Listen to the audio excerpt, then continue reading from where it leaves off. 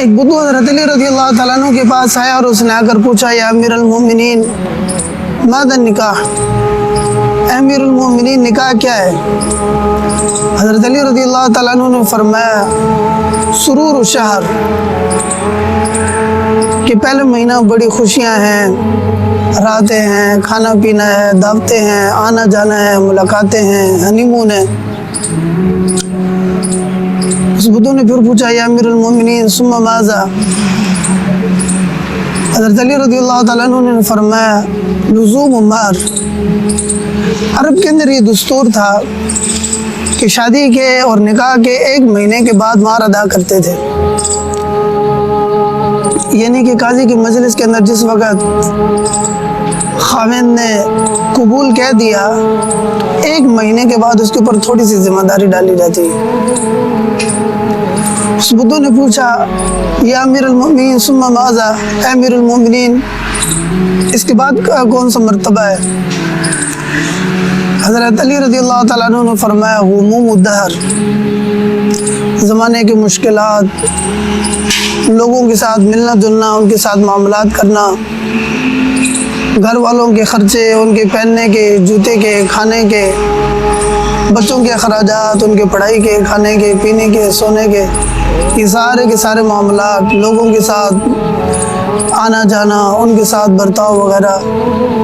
اپنی ضروریات کو پورا کرنا، کمانا پھر لگانا، سوچ سوچ کر یہ ساری کی ساری چیزیں۔ اس بدو نے پھر پوچھا یا امیر المومنین ثم ماذا، امیر المومنین اس کے بعد کیا ہوتا ہے؟ حضرت علی رضی اللہ تعالیٰ عنہ جھک گئے اور جھکنے کے بعد فرمایا قصور ظہر، کہ اس کے بعد کمر جھک جاتی ہے۔ ایک عالم نے اس جگہ پر لکھا ہے کہ ایک بوڑھا شخص بوڑھا ہو گیا تھا، اس کی کمر جھکی ہوئی تھی اور بچے کھیل رہے تھے۔ انہوں نے شرارتاً پوچھا کہ آپ کیوں جھکے ہوئے ہیں، یعنی کہ آپ نے اس جھکنے کی قیمت کیا ادا کی ہے؟ ان بزرگ نے، ان ضعیف نے جن کی کمر جھکی ہوئی تھی، انہوں نے کہا کہ جب میری عمر کو پہنچو گے خود بخود جھک جاؤ گے۔ میرے دوستو، کلمہ پڑھنے کے بعد انسان جس وقت اسلام کے اندر اور مسلمان اسلام کے اندر داخل ہو جاتا ہے، اللہ تعالیٰ کی ذات کی ملاقات بھی ملتی ہے، حضور صلی اللہ علیہ وسلم کا عشق بھی ملتا ہے، آپ علیہ السلام کا ساتھ بھی ملتا ہے، صحابہ کے واقعات، ان کا اتباع بھی ملتا ہے، ساتھ ہی لوگوں کی تکالیف، اپنوں کی بے وفائیاں، ظلم اور جو ہے وہ اسلام کے مخالف لوگوں کے ساتھ مقابلہ،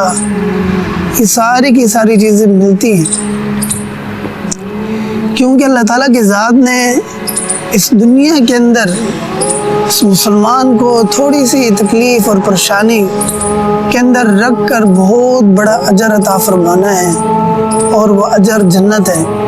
اللہ تعالیٰ کی ذات ہمیں بھی عطا فرمائے، آپ حضرات کو بھی عطا فرمائے۔ السلام علیکم۔